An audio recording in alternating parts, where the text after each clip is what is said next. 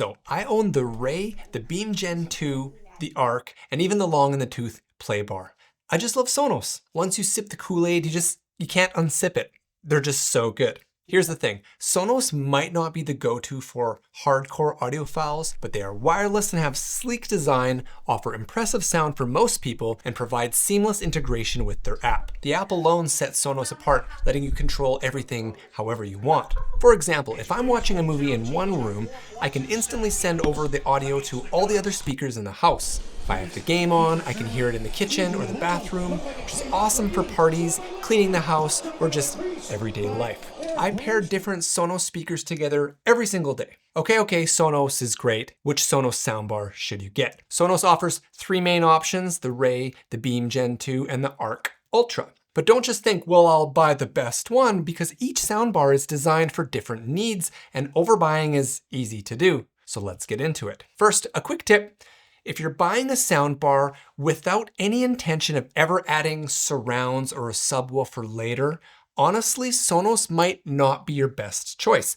Other brands offer great standalone options for less. However, if you are planning to upgrade over time, which you should, that's where Sonos truly shines. Do you absolutely need surrounds and a subwoofer for your soundbar? No, but yeah, here's why. On their own, small soundbar speakers work hard to try and hit every frequency, right? It will try and give you bass while also giving you clear dialogue. It's stressing out the speakers working really hard. When you add a subwoofer to your setup, it takes over the lower frequencies, letting the smaller speakers focus on what they do best, mid-range clarity. So a sub just doesn't improve the bass, it makes the whole system sound better by letting each speaker focus on what it's good at. Keep that in mind as I walk you through each soundbar. The Sonos Ray.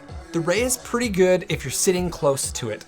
Say sitting directly in front of a TV or monitor in a small room, like a dorm or small living room. It's compact, and when it's on sale like it is right now, for this price, it could be worth it for some. I personally don't think it's worth it for its non-sale price. Like the other soundbars, it has touch controls, syncs with your TV remote, and works with the Sonos app, but it lacks a microphone for voice control, only connects via optical cable, and doesn't support Dolby Atmos.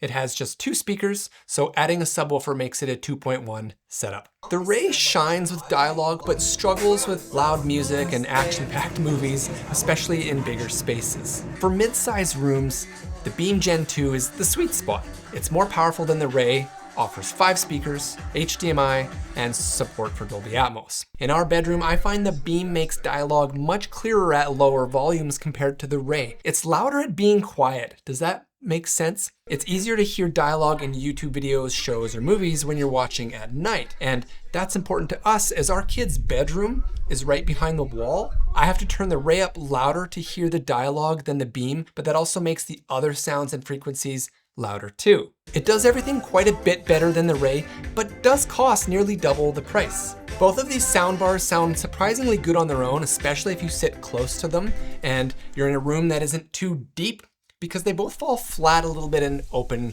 room concepts. I mean, most soundbars do. So now let's talk about the Arc Ultra, the flagship with 14 speakers and upward firing drivers for Dolby Atmos. I mean, the Arc really shines in larger spaces, filling the room with immersive, more spatial sound. But remember, even the Arc with Atmos can't replicate the experience of having actual speakers behind or above you. In many cases, a Beam Gen 2 with surrounds and a sub will sound better than the Arc Ultra, at least in my opinion. If you have a big space and the budget, the Arc Ultra with a sub and Era 300s for surrounds is the ultimate setup, but that's definitely an investment. Here's my takeaway. For small to medium-sized spaces, the Beam Gen 2 paired with a Sub Mini and surrounds is what you should at least aim for if you plan on getting into the Sonos ecosystem. And then for larger rooms, the Arc Ultra with a sub and surrounds is incredible, but only if you have the budget. If you're just starting out, focus on the Beam and plan to add a sub and surrounds over time. Used options like the older Playbar or Play 3s can save you money and still deliver fantastic performance as well. If you're a value hunter, be sure to check eBay or Marketplace for deals. The Arc would just be overkill in a small room with, say, a 42-inch TV. Plus the size combo might look a little ridiculous. Same with the opposite. A 77-inch TV with the Ray will not only look odd together, they just really won't complement each other very well. As far as the sub goes, Sonos has two options, the Sub and the Sub Mini. The Sonos Sub is an absolute beast, but the Sub Mini is so good, and if you didn't see that you were listening to it, you might even think it was the bigger sub. It's that good. The price point of the Mini and the quality it provides, I think, is the smart choice for most people in smaller living situations. I have the Sub, but never turn it up that much because it's just too powerful. I wish I could recommend the Ray more, as I do like the sale price point, but I think the only time to really consider the Ray is if you are sitting quite close to it and if you can get it for a great price. If you sit further away on a couch with TVs between 42 and 65 inches, the beam will be great and enough. Then if your TV is 65 inches and up, where you sit a little farther away, that's when you should really consider the Arc. So for a small to medium size, I would recommend to start with the Beam Gen 2, then get the Sub Mini next, then find some surrounds like maybe the Era 100s or even something used like the older ones or Play 3s. This will be a setup that you'll be really happy with for years. Get everything on sale too if you can. Each season usually gets a sale period, and then there's Black Fridays and Boxing Day sales too, which is a really great time to buy.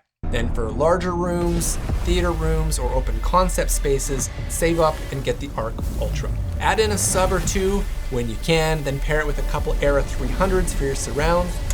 That's the dream setup and will make your content truly shine. If I could afford it, I would rock a Beam with Era 100s as surrounds and a Sub Mini in my bedroom or smaller living room, then an Arc Ultra with the Sub and Era 300s for my main TV watching area. Those two setups are both just absolutely amazing and what you should aim for if you decide to buy a Sonos Soundbar. In case you aren't familiar with extensions like Keepa, what this does is it helps show you the price history. It's like a camel, camel, camel. As you can see, Black Friday just happened, and the price for the Beam went from $499 down to $369. Huge sales. So if you know you're gonna buy some Sonos stuff in the future, this will give you a good idea of what to expect when it comes to Boxing Day sales, and then every season they have sales as well. If you can time it, try and buy everything on sale, save a few bucks. Also, don't be afraid to buy refurbished if you see it. Refurbished usually comes with a decent warranty, and I've bought a few refurbished pieces. It's lasted for years. I'm sorry if I just took you way over your budget, but it's so worth it. It's a buy once, cry once, then you'll be happy for the rest of your life with your movies and shows later on, you know? You're worth it. So, what do you think? Does this video change which soundbar you think you should buy? Did I scare you away from buying Sonos because of all the speakers you will eventually have to buy? Let me know in the comments which one you are considering, or if you're just as hooked to Sonos as I am and want to talk about it. And don't forget to check the description for the best deals. I will do my best to find them for you and keep that link updated. I never realized how important sound was to the experience when watching content. I mean, I knew, but I always prioritized the TV quality, you know? Get a sick TV with a cheap soundbar or something, but now it's almost the other way around. When you invest in the sound, it just makes the whole experience of whatever you're watching so much better. I just love watching concerts, sports now. Sonos soundbars and speakers make life better. I like that, and think you would too. As always, thanks for watching and supporting the channel through likes, comments, and subs. My favorite speaker of all time is the Sonos Move, so if you aren't familiar with that speaker, I talk about it here. And are you wondering just how good the Sub is? We'll find out by watching this video next. See you next time on The Sad Life.